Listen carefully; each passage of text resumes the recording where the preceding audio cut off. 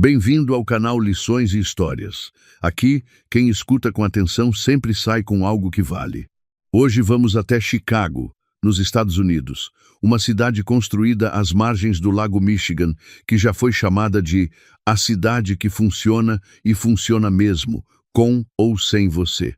Vamos acompanhar Rachel, 32 anos, contadora pública certificada, que passou 2 anos sendo tratada pela família do marido como se fosse um produto com defeito de fábrica. O que o sogro não sabia é que Rachel já havia descoberto o segredo que ele próprio desconhecia e que esse segredo estava prestes a virar a mesa no jantar mais calculado que a família Harrove já organizou. E eu adianto, quem aguentar até o final vai entender por que essa história precisava ser contada. Mas antes de começar, confirme se o sino de notificações está ativado, porque a gente não quer que você perca nada. E marca sua cidade nos comentários. Vocês não imaginam até onde as nossas histórias chegam. Pode sentar que a história começa agora. Rachel Chambers tinha 32 anos, cabelos castanhos até os ombros, 2 plantas na janela do apartamento que ela regava religiosamente toda segunda-feira, e uma paciência que durou exatamente 2 anos, 3 meses e 11 dias antes de se esgotar completamente. Ela era contadora pública certificada, o que nos Estados Unidos não é pouca coisa. Para quem não sabe, o título exige anos de formação e a aprovação num dos exames profissionais mais difíceis do país. Não é alguém que preenche declaração de imposto uma vez por ano. É alguém que as empresas contratam para não irem à falência, para entenderem onde o dinheiro foi parar quando ninguém mais sabe. Rachel tinha seus próprios clientes, seu próprio escritório no centro de Chicago e uma reputação construída ao longo de 6 anos de trabalho metódico e sem atalho. Era uma mulher que sabia contar. O que ela não sabia ainda é que a conta mais importante da sua vida não estava em nenhuma planilha. Ela conheceu Daniel Harrove numa festa de aniversário de amigos em comum, no centro de Chicago, quando tinha 28 anos. Ele tinha 31 anos quando se encontraram. Era engraçado do jeito certo, não do jeito que cansa. Fazia perguntas de verdade, não as perguntas que as pessoas fazem enquanto pensam no que vão dizer a seguir. E ligava para a mãe todos os domingos, o que Rachel achou encantador naquele momento da vida. Depois ela entenderia que ligar para a mãe todos os domingos e ser dominado pela mãe todos os domingos são coisas que se parecem muito de longe, mas que de perto têm sabores completamente diferentes. Namoraram 1 ano e meio. Daniel era atencioso, estável, trabalhava no ramo imobiliário comercial, ganhava bem. Não era o tipo de homem que some por 3 dias sem explicação. Chegava no horário que dizia que chegaria, lembrava das datas importantes, e quando Rachel teve uma semana difícil com um cliente complicado, ele apareceu na porta dela com comida tailandesa e o episódio que ela tinha comentado querer assistir já aberto na tela. Parecia sólido. Parecia exatamente o tipo de chão em que se planta algo para durar. Quando Daniel pediu Rachel em casamento, ela disse sim com convicção. Não com aquele sim apressado de quem tem medo de perder o trem. Com o sim calmo de quem avaliou, considerou e decidiu. A primeira visita à família Harrove aconteceu alguns meses antes do casamento. A casa ficava em Naperville, subúrbio ao sul de Chicago, a cerca de 45 minutos do centro, dependendo do trânsito. Uma colonial de tijolos com entrada circular, jardim que parecia empregar pelo menos 3 pessoas em tempo integral e uma garagem tripla. Rachel entrou naquele jardim com um buquê de flores na mão e o mesmo sorriso que usava quando ia à primeira reunião com um cliente importante. Profissional, aberto, preparado para gostar. Se ela soubesse o que aquele jardim reservava para ela nos 2 anos seguintes, talvez tivesse chegado com um buquê menor. Ou talvez não tivesse chegado de carro, tivesse chegado de táxi, com o motor ligado. Mason Harrove veio ao encontro deles na porta. 63 anos, ombros largos, cabelo grisalho penteado para trás, com uma precisão que sugeria que a desorganização era algo que simplesmente não acontecia na sua presença. Cumprimentou Rachel com um aperto de mão firme e um sorriso que era tecnicamente um sorriso, mas que não chegava aos olhos com nenhuma velocidade notável. Gloria Harrove surgiu atrás do marido de blazer cor de creme, estendeu a mão com a delicadeza de quem entrega algo frágil e disse: "Que bom te conhecer, querida", com o mesmo calor de uma secretária confirmando uma reunião de rotina. Reparem, não foi grosseria. Não houve nenhum comentário indevido, nenhuma pergunta fora de lugar, nenhum gesto que Rachel pudesse apontar e dizer: "Foi ali". Foi um frio muito bem vestido. E frio bem vestido é o tipo de coisa que você sente na pele, mas não consegue provar para ninguém.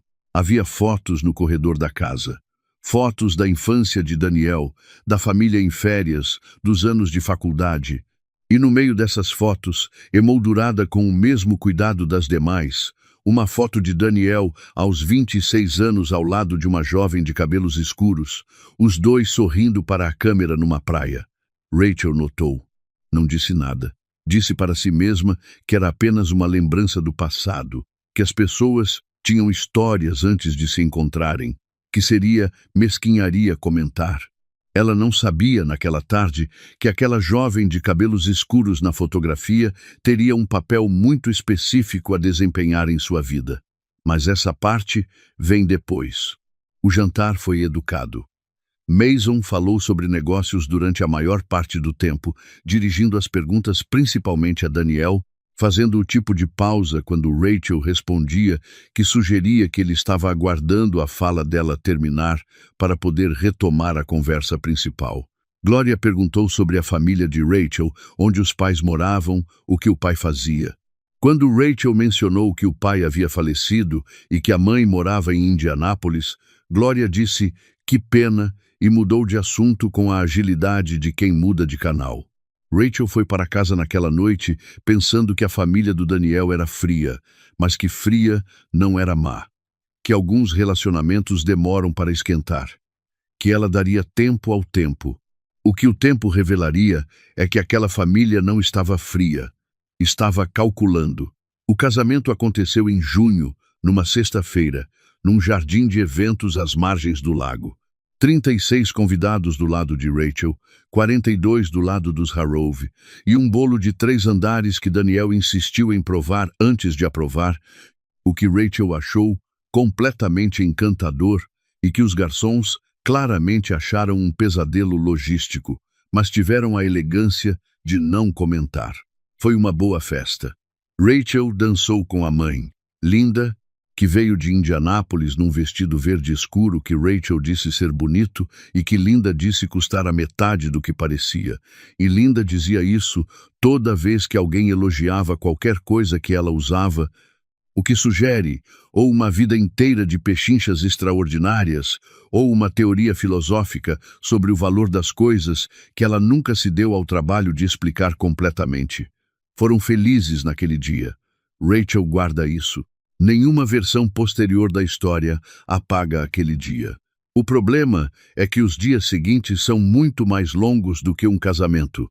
4 meses depois da cerimônia, Rachel estava sentada na sala de estar envidraçada da casa dos Harrove, num domingo frio de outubro, quando Gloria pousou a xícara de chá na mesinha lateral com um gesto muito preciso, cruzou as mãos no colo e disse com uma voz agradável, como a superfície de um lago congelado: "Então, quando podemos esperar boas notícias?" Rachel deu um sorriso gentil. "Estamos aproveitando a fase de recém-casados. Quando o momento chegar, a gente pensa nisso." Gloria sorriu de volta. Claro, uma pausa. O pai do Daniel teve o primeiro filho aos 26 anos. Os homens Harrove tendem a querer família cedo. Cá entre nós. Isso não era uma observação. Era um prazo de entrega sendo comunicado com luvas de pelica. Rachel deixou passar. Disse para si mesma que eram outras gerações, outras expectativas, que toda família tinha as suas. Daniel, ao lado dela, não disse nada. Deu um aperto de mão no joelho dela no caminho de volta para casa e disse: "Você sabe como eles são? Esse ponto é tudo. Porque você sabe como eles são." É a frase que os homens usam quando não querem ser o filho que defende a esposa e não querem ser o marido que abandona a esposa, então escolhem não ser nada. É uma saída lateral. É uma forma de encolher que fica de pé. Rachel o entendeu e deixou passar. O que ela ainda não sabia é que deixar passar uma vez ensina ao mundo que é seguro passar de novo. Passaram, e passaram, e passaram. Aqui vale entender como funcionam os jantares de domingo nos subúrbios americanos de classe alta, porque quem nunca esteve num sabe que eles têm regras próprias. Mas antes disso, uma coisa sobre Chicago que faz toda a diferença aqui. Chicago não é a cidade que aparece nos filmes americanos, não é Nova York com lago. É mais densa, mais orgulhosa, mais fria, e não estou falando só do clima. Os chicagoanos constroem coisas para durar. As pontes que se levantam para deixar os barcos passarem, os edifícios que beiram o rio, os bairros que resistem há décadas, tudo ali tem a linguagem de quem faz para ficar. É uma cidade que não perdoa quem não leva as coisas a sério. Rachel era dali, a família Harrove também. E isso explica muita coisa. Os jantares de domingo nos subúrbios de classe alta, portanto, não são como os almoços de domingo brasileiros, onde a conversa se mistura com o som da televisão e alguém inevitavelmente discute sobre futebol antes da sobremesa. São eventos, mesas postas com antecedência, flores no centro, lugares marcados. As conversas têm temas, as opiniões têm hierarquia. Quem está sentado na cabeceira define o tom. E Mason Harrove sentava na cabeceira com a naturalidade de quem nunca, em nenhum momento da sua vida, considerou sentar em outro lugar. Naqueles jantares, ao longo do primeiro ano de casamento, Glória foi transformando as perguntas sobre filhos numa espécie de ritmo de fundo, não barulhenta, não agressiva, constante, como um gotejamento no teto. Uma menção à criança do vizinho, um comentário sobre a filha do sócio de Mason, que havia acabado de ser avó pela segunda vez. Uma pergunta casual a Daniel sobre como estava o trabalho, que inevitavelmente terminava com "por que essas coisas precisam de planejamento?" Não é verdade. Esse detalhe importa. A pressão nunca era dirigida diretamente a Daniel, era sempre tangencial. Era o contexto que pressionava. Era o ambiente inteiro que respirava na mesma direção. E Rachel estava no meio desse ambiente toda semana, tentando respirar normalmente, como se aquilo fosse o ar. Daniel recebia ligações do pai durante a semana que terminavam sempre da mesma forma. Ele passava o telefone para Rachel com um olhar que dizia: "Por favor, só essa vez." E Rachel ficava 20 minutos ouvindo Mason discorrer sobre o que a família representa e o que se constrói para as próximas gerações. Ela respondia com educação, desligava, seguia em frente. Mason fazia isso com a confiança de um homem que nunca recebeu um não de ninguém que considerasse relevante. 14 meses depois do casamento, Rachel foi à consulta de rotina com a ginecologista e voltou para casa carregando um diagnóstico e a sensação de que o chão havia mudado de posição enquanto ela não estava olhando. Síndrome dos ovários policísticos. Não grave, disse a médica. Gerenciável. Mas significa que engravidar pode demorar mais do que a média e vai precisar de acompanhamento, possivelmente medicação, talvez alguns ajustes. Rachel ficou 20 minutos no estacionamento da clínica sem ligar o carro. Depois, ligou para a mãe. Linda, que era o tipo de mulher que sabe quando falar e quando só ouvir, ouviu. Disse que estava indo para Chicago no fim de semana seguinte. Não perguntou se Rachel queria isso, sabia que queria. Naquela noite, Rachel contou tudo para Daniel. Ele a abraçou, disse as coisas certas, disse que não havia pressa, que eles resolveriam juntos, que o que importava era ela. Rachel acreditou porque as palavras eram verdadeiras no tom e na forma, e porque naquele momento ela precisava que fossem. Ela deveria ter prestado mais atenção no telefonema que Daniel fez ao pai na semana seguinte. Não ouviu tudo. Estava na cozinha quando percebeu que a voz de Daniel na sala havia baixado para aquele registro específico que as pessoas usam quando não querem ser ouvidas.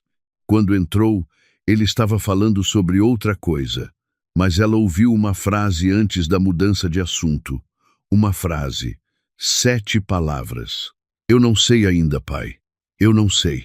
7 palavras que Rachel arquivou num lugar da memória onde as coisas ficam quando a gente não está pronto para olhar para elas. Não por ingenuidade, por escolha. Existe uma diferença. Aqui fica uma lição que vale guardar.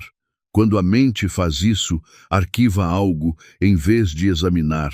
Geralmente não é porque não reconheceu o sinal.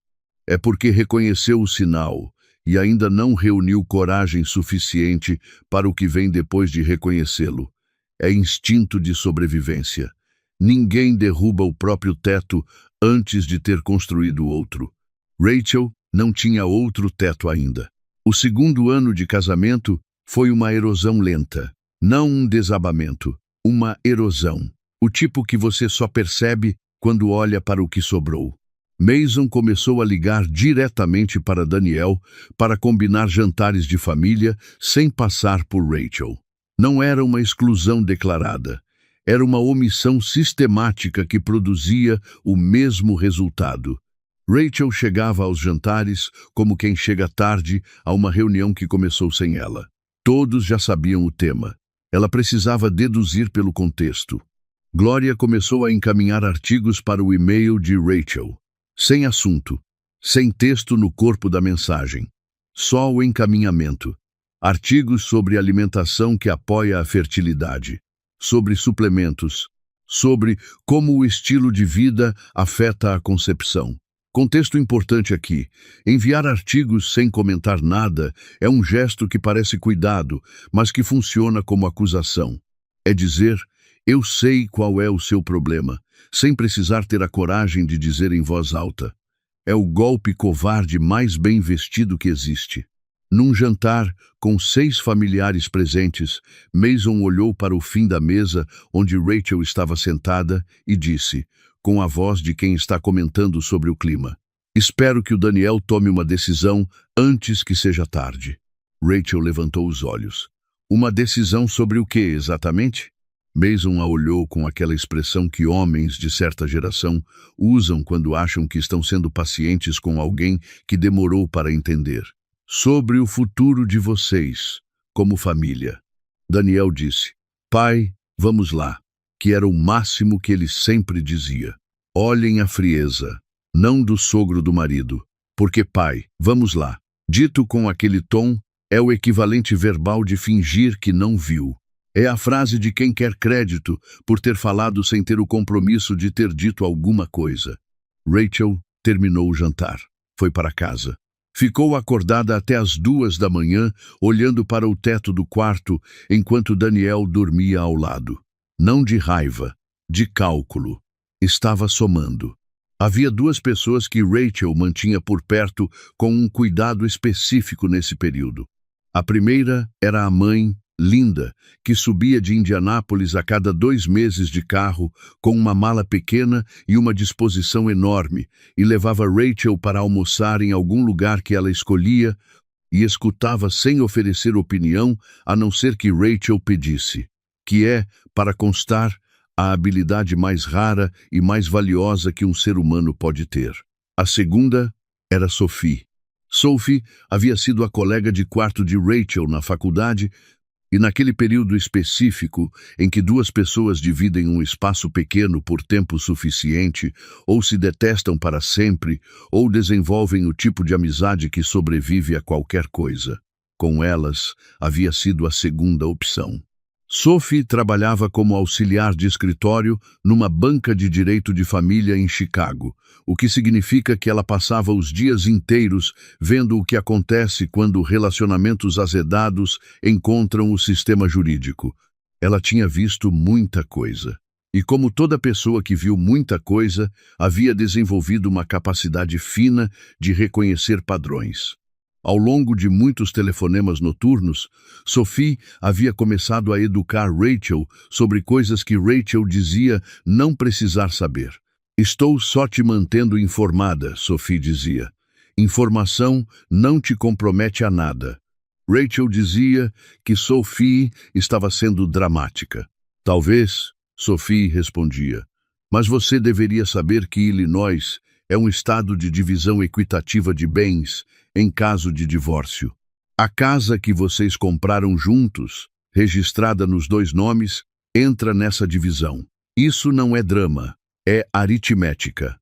E você deveria saber, Sophie continuava, que 2 anos de pressão documentada para ter filhos pode configurar uma forma de abuso emocional em certas jurisdições. Sophie, eu sei, mas deixa eu terminar. Rachel deixava terminar e ia guardando. Não porque pretendia usar, porque Sophie tinha razão numa coisa. Informação não compromete a nada. E Rachel era contadora. Contadora não joga fora número nenhum antes de entender o que ele representa.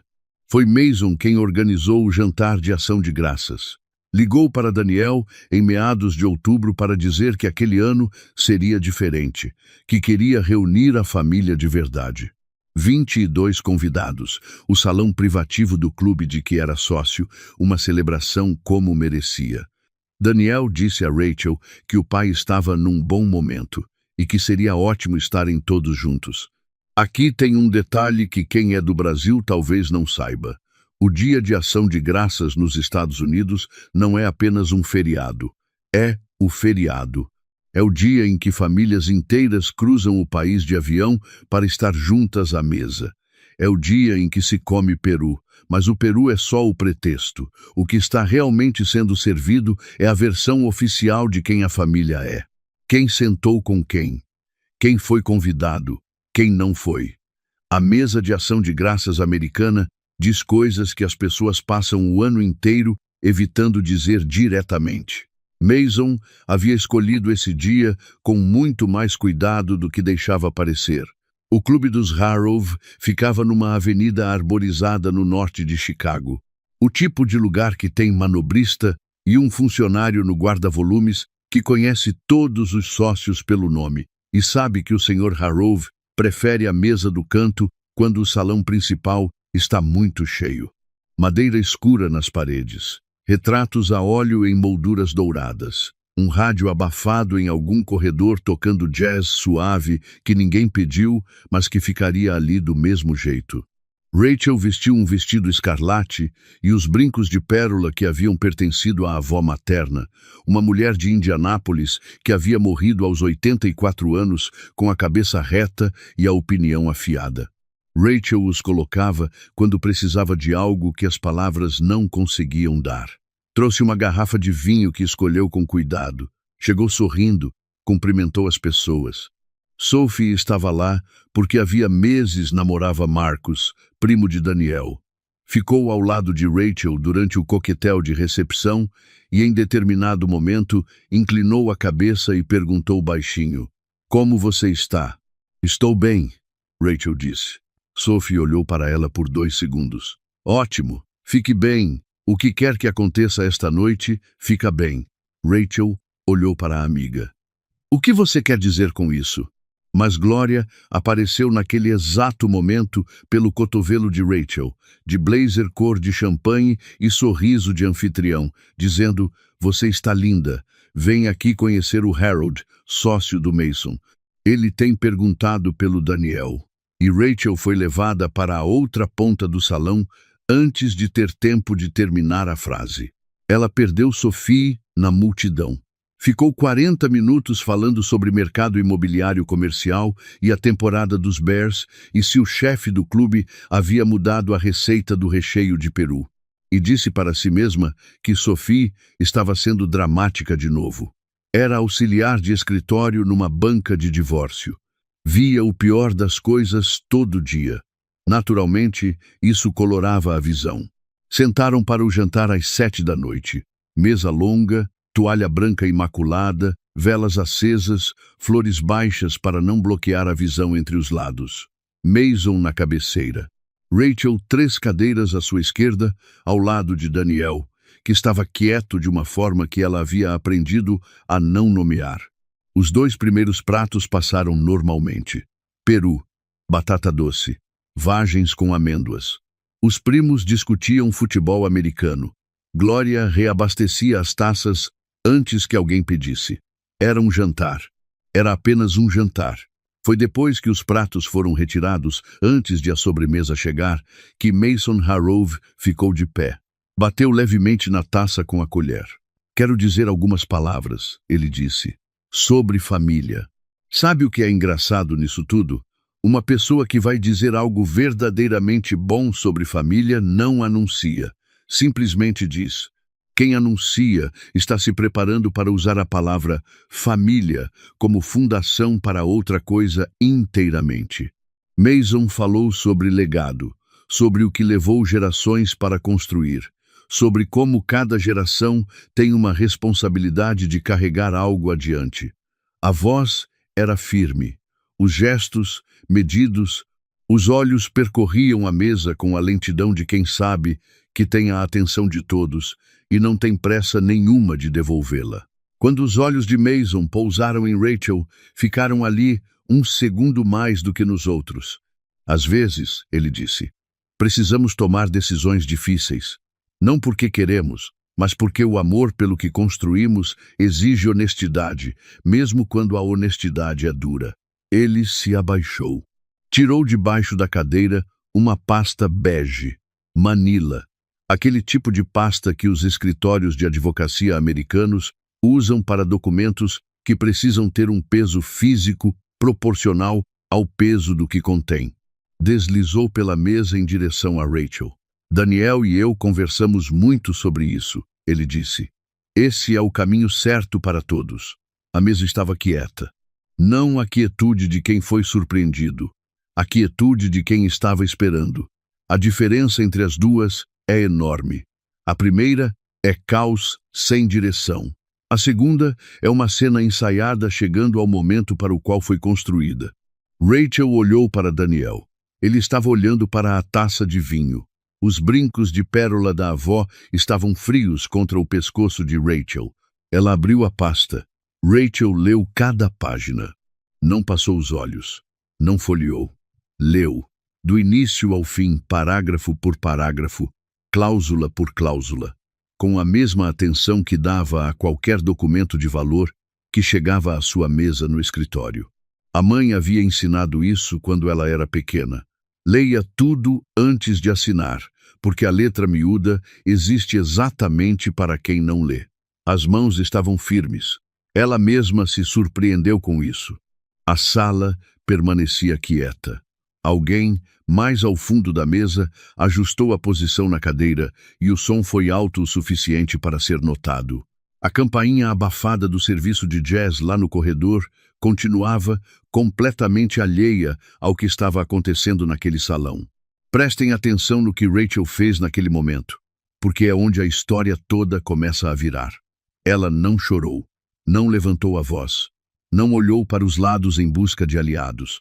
Fez o que sabia fazer melhor do que qualquer outra coisa no mundo. Examinou os números, entendeu os termos, calculou o que estava diante dela. Enquanto os Harrove esperavam ver uma mulher desmoronando, o que tinham na frente era uma profissional trabalhando. Quando terminou, Rachel fechou a pasta. Pousou sobre a mesa com um gesto tranquilo. Mason inclinou levemente o tronco para a frente. Os termos são mais do que generosos, Rachel. A casa, um acordo, 6 meses de... Eu sei o que os termos dizem, Rachel disse. Acabei de ler. Ele assentiu com a satisfação de um homem que em 63 anos nunca recebeu um não de ninguém que considerasse relevante. Era o assentimento de quem está encerrando um assunto. Daniel não havia levantado os olhos. Olhem essa postura. Os ombros dobrados levemente para dentro, a mandíbula travada. A mão direita parada ao lado da taça, sem tocá-la. Esse não é o corpo de um homem que tomou uma decisão e está em paz com ela. É o corpo de alguém que foi levado até aquele ponto por uma corrente que ele nunca teve coragem de nadar contra e que agora está no fundo do rio, fingindo que sempre quis estar ali. Não era crueldade, era covardia. E às vezes a covardia machuca mais do que a crueldade, porque pelo menos a crueldade tem intenção. A covardia não se dá nem ao trabalho de querer ferir. Só quer passar pelo corredor sem ser chamada pelo nome. Há mais uma coisa, disse Glória. A voz estava cuidadosa demais, preparada demais. Glória se levantou da cadeira com a precisão de uma mulher que havia ensaiado aquele gesto. Caminhou até a entrada arqueada do salão e fez um aceno discreto para alguém do lado de fora. Uma mulher entrou. 26, talvez 27 anos. Cabelos escuros, vestido verde, sapatos que custavam o suficiente para comunicar algo sem precisar fazer barulho. Ela entrou com um sorriso de quem havia sido orientado sobre como sorrir naquela sala específica, aberto o suficiente para parecer natural, contido o suficiente para não parecer arrogante. O sorriso de quem foi treinado para uma estreia. Ela caminhou até o lado de Daniel na mesa. Inclinou-se levemente para dizer algo em seu ouvido. E quando a luz das velas acesas sobre a toalha branca bateu no lado do seu rosto, Rachel viu. Os brincos. Pérolas. 2 filas. Antigas. Rachel conhecia aqueles brincos.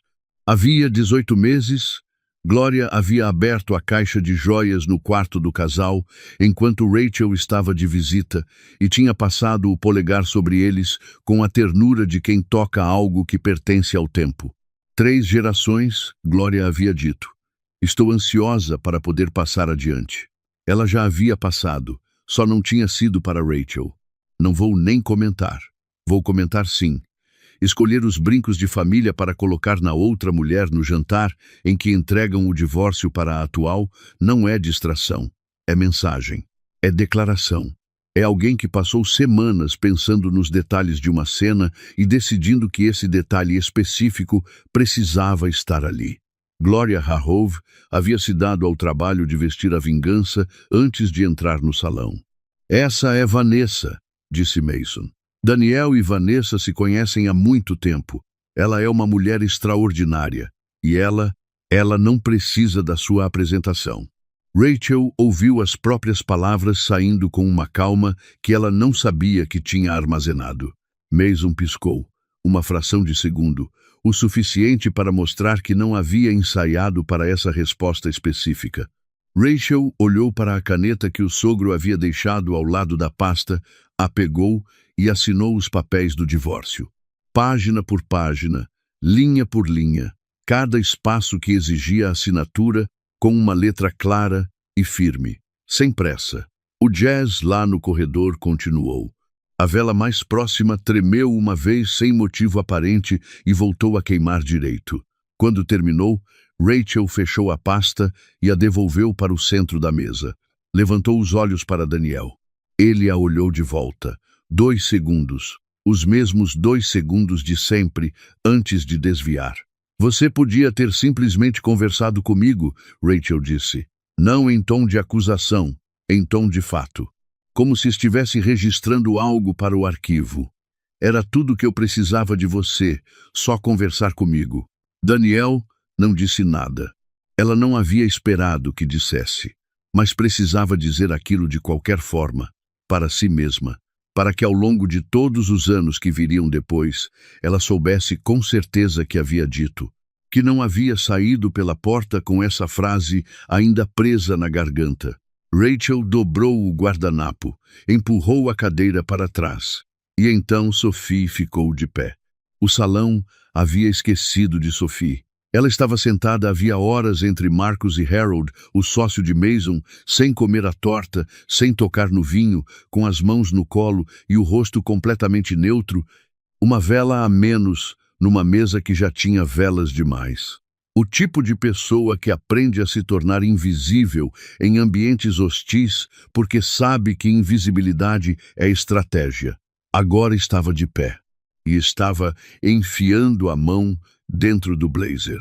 Antes de Rachel sair, disse Sophie, com uma voz que parecia ter sido projetada por um engenheiro de som, de forma que chegasse com exatamente o mesmo volume em todos os pontos da mesa.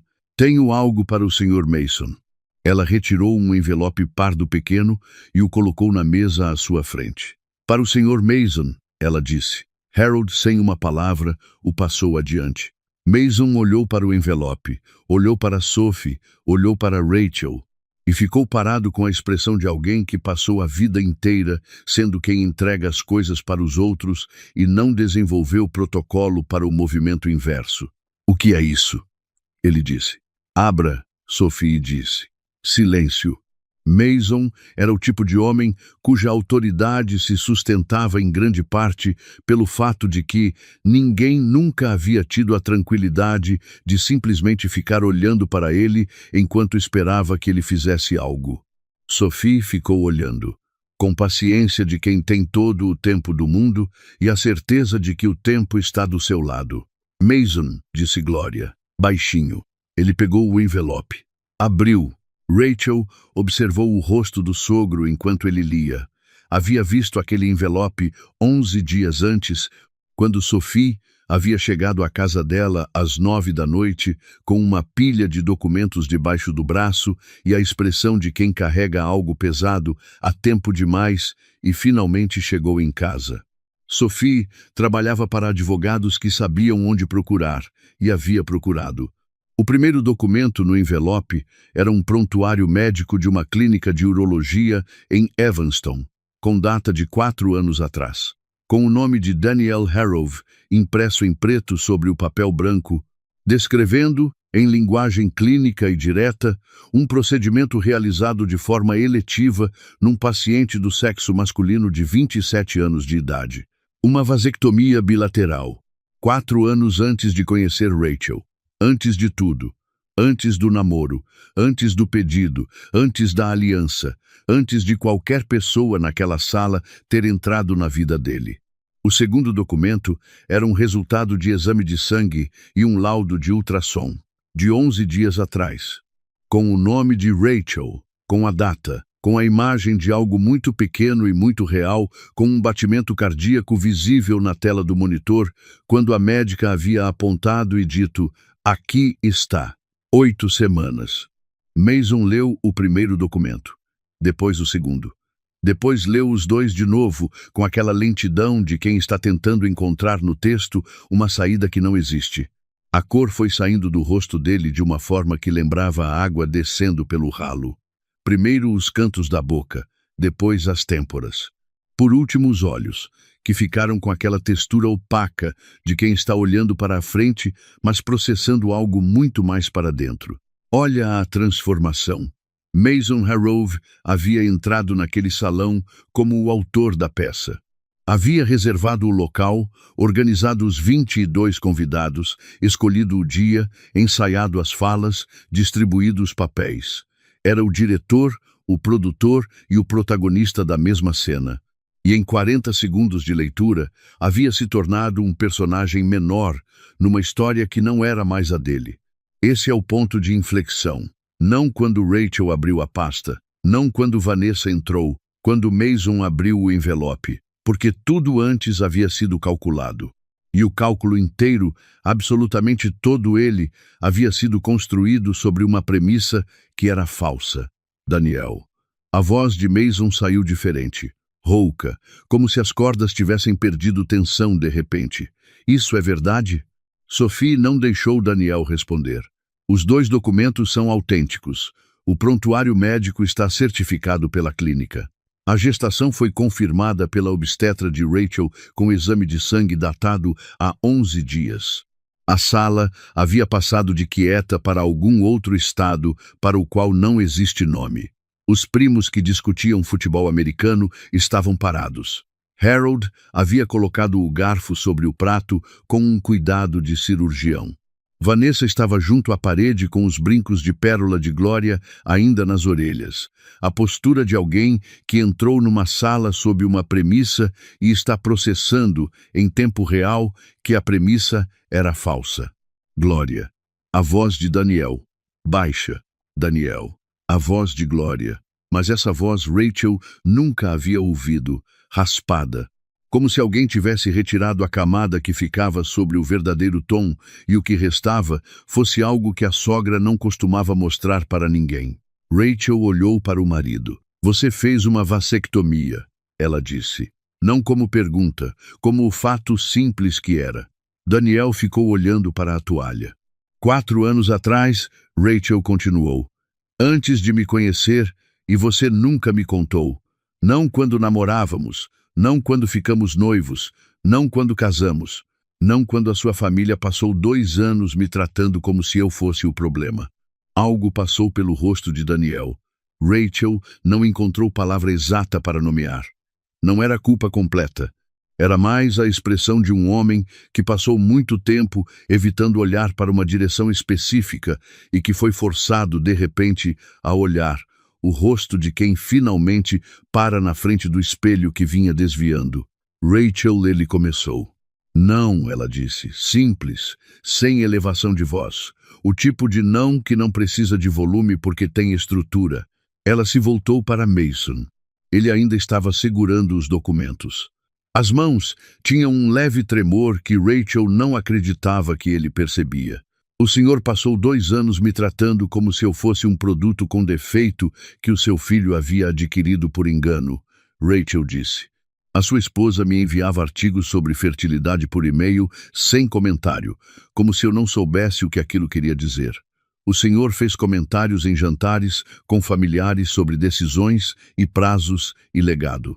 O senhor me chamou ao seu escritório depois do nosso primeiro aniversário para me explicar o que a família Harrove esperava.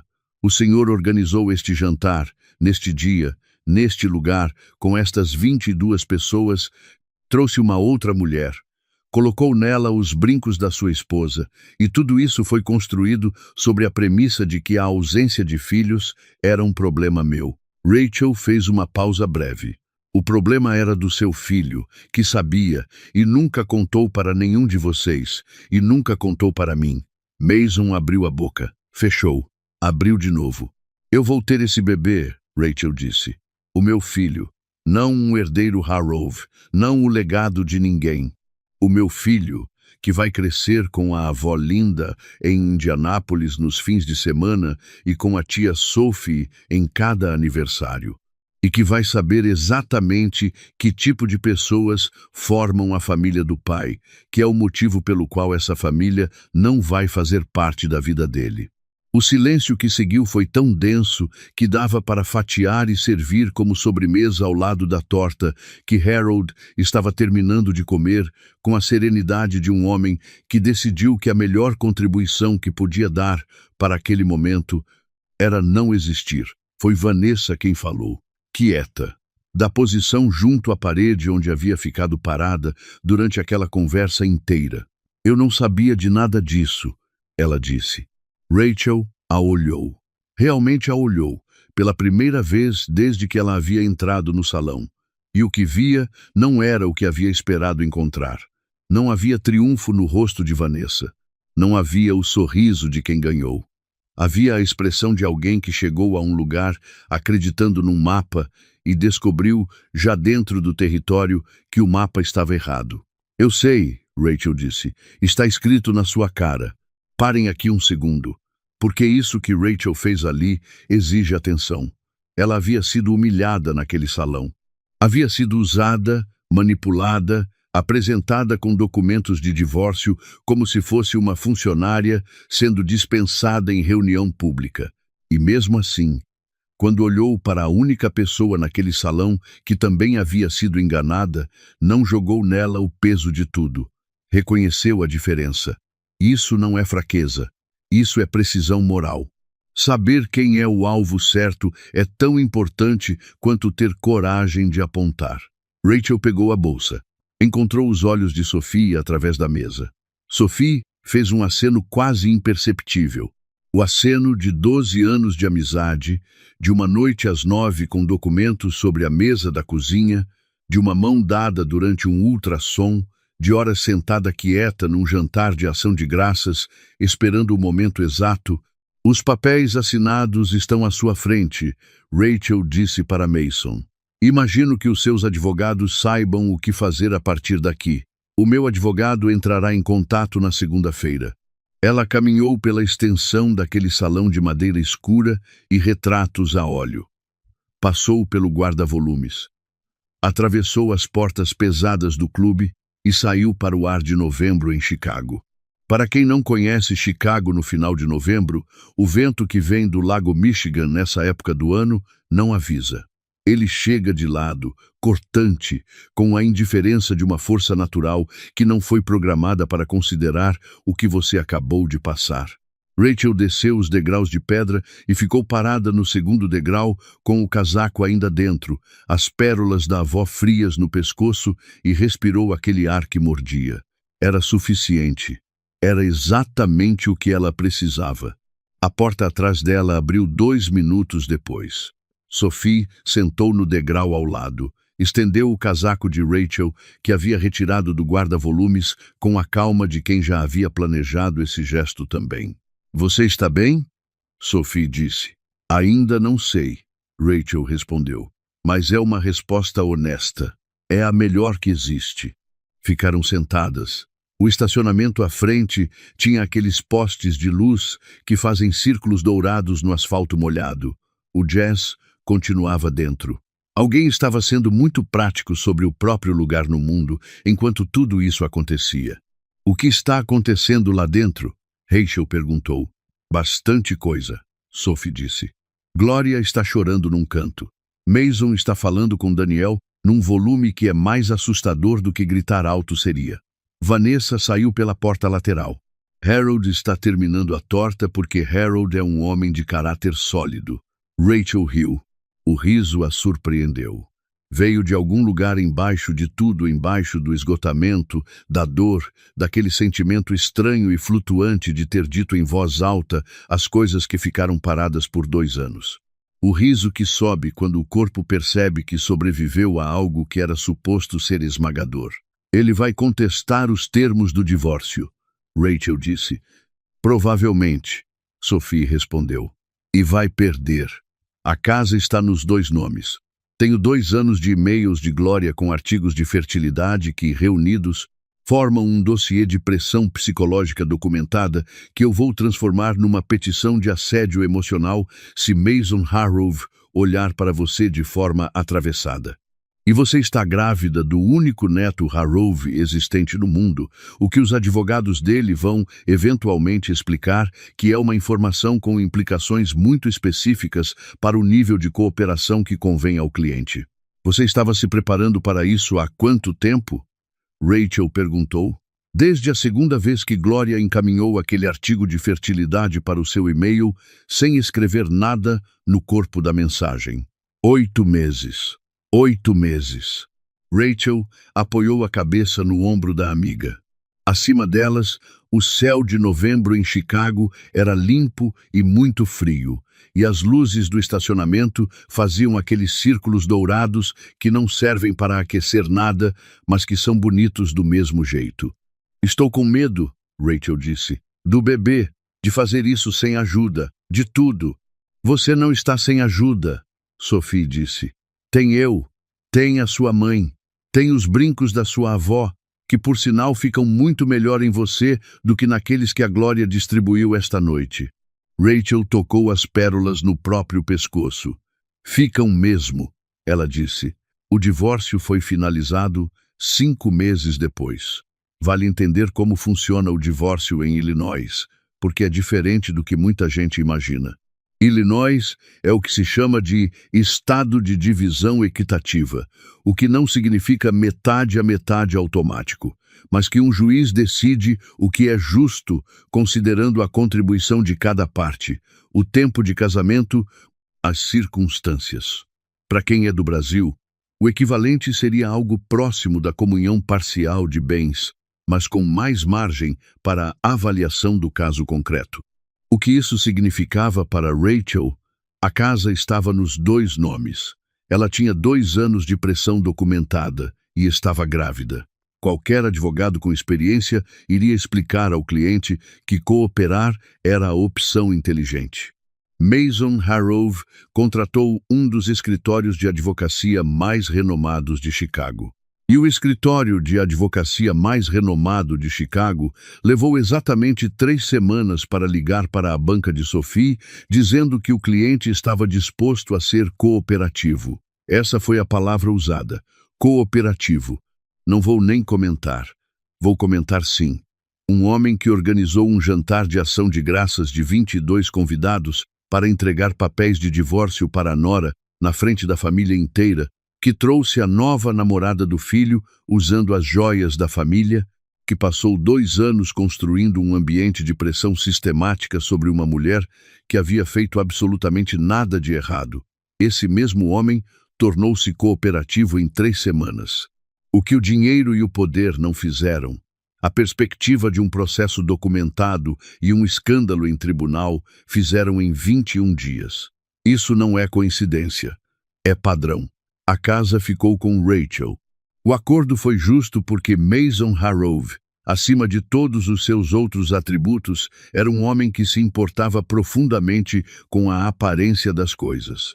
E um divórcio contestado com 2 anos de pressão documentada, uma vasectomia que o próprio filho havia escondido de todo mundo e uma nora grávida do único neto existente não tinha aparência favorável para nenhum lado da família. Rachel chamou a mãe para morar com ela. Linda Chambers desceu de Indianápolis com 2 malas, 3 caixas de livros e uma atitude de quem está chegando para ficar, não para visitar. Ocupou o 2º quarto, pagou um valor simbólico de aluguel que Rachel disse não ser necessário, e Linda pagou assim mesmo porque tinha 70 anos e aprendera que receber sem contribuir desajusta o equilíbrio das coisas. Aqui tem algo que o brasileiro em geral desconhece completamente sobre moradias nos Estados Unidos. O conceito de in-law suite, que é exatamente isso. Um espaço na casa projetado para receber um familiar próximo sem que as pessoas percam a própria privacidade. Não é um quarto de hóspedes. É um espaço funcional, com entrada própria em algumas casas, pensado para a lógica de que família pode morar próxima sem precisar morar em cima. Rachel não tinha esse espaço, mas adaptou o 2º quarto com o mesmo método com que tratava qualquer problema de logística. Avaliou o que tinha, fez os ajustes necessários e fez funcionar. Linda ficou. O filho de Rachel nasceu numa terça-feira de junho, na última semana do mês, com 50 centímetros e os cabelos escuros do avô paterno e, segundo Linda, que afirmou isso com a certeza de quem não aceita contestação à boca da bisavó materna. Sophie estava na sala de parto, Linda também. As duas discutiram durante praticamente todo o trabalho de parto sobre se a televisão no canto devia ficar ligada ou desligada. E Rachel, entre as contrações, amou as duas com uma intensidade que não cabe em nenhuma palavra que conhece. Rachel nomeou o filho de James, não em homenagem a ninguém, não carregando nenhum legado, nenhuma geração anterior, nenhuma expectativa de continuidade. James, porque era um nome que parecia pertencer a si mesmo desde o primeiro momento. Um começo sem peso. Ela soube depois, por meio de Marcus, que havia terminado o relacionamento com Sophie, mas que continuou em contato com Rachel da forma direta e honesta que o caracterizava, que Vanessa havia deixado Daniel em dezembro, que uma negociação comercial de Mason havia desmoronado no início do ano seguinte e que vários sócios de longa data haviam parado de retornar às suas ligações. Marcus disse que eram coisas sem relação. Rachel ouviu sem comentar, mas notou mentalmente que certos colapsos que parecem profissionais têm raízes que vão mais fundo do que os balanços financeiros mostram. Soube também que Glória havia começado a ir a um terapeuta nas terças-feiras. Marcus mencionou isso como detalhe, mas Rachel deixou aquilo ficar na mente por alguns dias, não com amargura. Com algo mais parecido, com esperança cautelosa, a sensação de que às vezes, quando tudo desmorona de uma vez, o que surge embaixo pode ser algo mais verdadeiro do que o que estava em cima. Daniel havia se mudado para Seattle. Rachel não pediu detalhes além disso. Pensava nele às vezes, não com raiva, que ocupa muito espaço, e ela tinha um bebê que precisava de todo o seu. Pensava da forma como se pensa num capítulo que ensinou algo duro e necessário. Pensava que Daniel Harrove havia sido moldado durante tanto tempo pela voz do pai que nunca havia desenvolvido completamente a própria. Que havia tomado uma decisão privada importante anos antes de conhecê-la e nunca havia encontrado dentro de si coragem suficiente para dizê-la, em voz alta, que, ao tentar se proteger da decepção do pai, havia feito de Rachel o alvo dessa decepção, e que havia perdido, no final, não pelo divórcio, mas porque nunca conheceria o filho. Que é uma perda de dimensão diferente de qualquer coisa que um acordo jurídico possa reparar. James tinha 7 meses quando Rachel estava sentada no chão da sala de estar numa tarde de domingo de fevereiro, empilhando blocos coloridos que o filho derrubava sistematicamente e examinava depois com uma concentração filosófica que parecia desproporcional para alguém que ainda não sabia andar. Linda entrou da cozinha. Sentou no sofá atrás de Rachel. "Sabe o que você fez naquele jantar?" ela disse. Rachel olhou para o filho. "O quê? Você não saiu antes de assinar." Uma pausa. "Você leu cada página, assinou, e depois disse o que precisava dizer. A maioria das pessoas teria feito uma das duas coisas, saído correndo ou causado uma cena antes. Você fez do jeito certo." Rachel ficou em silêncio por um momento. James pegou um bloco amarelo, avaliou por alguns segundos como se estivesse consultando uma fonte interna sobre o valor daquele objeto específico e colocou na boca. "Eu estava apavorada", Rachel disse. "Eu sei", Linda disse. "Foi isso que tornou certo. Guardem essa frase. Porque coragem não é a ausência de medo. Nunca foi. Coragem é fazer o que precisa ser feito enquanto o medo está sentado do seu lado na mesma cadeira." Rachel foi a esse jantar sabendo o que poderia acontecer, ouvindo Sophie dizer, "Fique bem independente do que vier", e ficou bem mesmo assim. Não porque não tinha medo, porque tinha e foi do mesmo jeito. James olhou para a mãe com os olhos grandes e completamente presentes, a expressão de alguém que ainda não desenvolveu a capacidade de fingir que está prestando atenção quando não está. Depois, estendeu o bloco amarelo na direção dela, com a generosidade específica dos bebês que ainda não sabem que a generosidade vai se tornar mais complicada com o tempo. Rachel pegou o bloco. Gentilmente tirou da boca e entregou o verde, que James considerou por um momento antes de aceitar com a seriedade de quem chegou a uma conclusão razoável. Do lado de fora, Chicago, em fevereiro, era cinza e fria e completamente indiferente, como Chicago sempre é quando não está com vontade de ser outra coisa. Mas a casa estava quente. Havia algo no fogão cheirando ao caldo que Linda fazia todo domingo sem que ninguém pedisse. E em algum outro ponto da cidade, Sophie estava provavelmente ao telefone, dando a alguém um conselho muito calmo e muito completo sobre as opções que essa pessoa tinha. Rachel olhou para o filho, para os blocos coloridos espalhados no tapete, para a luz do fim da tarde entrando pela janela. Pensou, "É isso que estou construindo, tijolo por tijolo, escolhido. Não sobre o alicerce que os outros tinham planejado para ela, sobre o chão que ela mesma havia escolhido e segurado com as 2 mãos, mesmo quando havia tremido embaixo dos seus pés. Era suficiente. Era, na verdade, muito mais do que suficiente.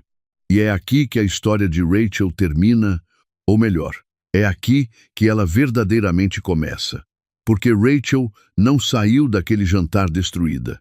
Saiu limpa, sem o peso de 2 anos de silêncio acumulado, com a consciência de que havia dito o que precisava ser dito, no momento certo, da forma certa, não gritando, não implorando, de pé.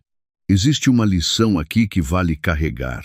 A vingança que dura não é a que você planeja para machucar alguém, é a que você constrói para se libertar. Rachel não montou um plano para destruir os Harrow. Montou um plano para não sair daquele jantar sem ter dito a verdade. O resto foi consequência. E consequências que vêm da verdade têm uma solidez que nenhum plano de retaliação consegue alcançar. Se você já esteve numa situação onde o silêncio foi cobrado de você como se fosse educação, onde a pressão foi embalada em cuidado, onde alguém usou o que você mais queria para fazer de você, o problema essa história é para você, não como manual, como espelho. Conta aqui nos comentários de onde você está assistindo, porque a gente gosta muito de saber até onde as nossas lições estão chegando. E se essa história tocou em alguma coisa que você carregava, compartilha com quem precisa ouvir. Às vezes, a história certa chega na hora certa. Se você ainda não se inscreveu no canal, esse é o momento. Tem muita história chegando e cada uma delas carrega algo que vale. Confiem em mim, vai valer cada segundo. Nos vemos na próxima história.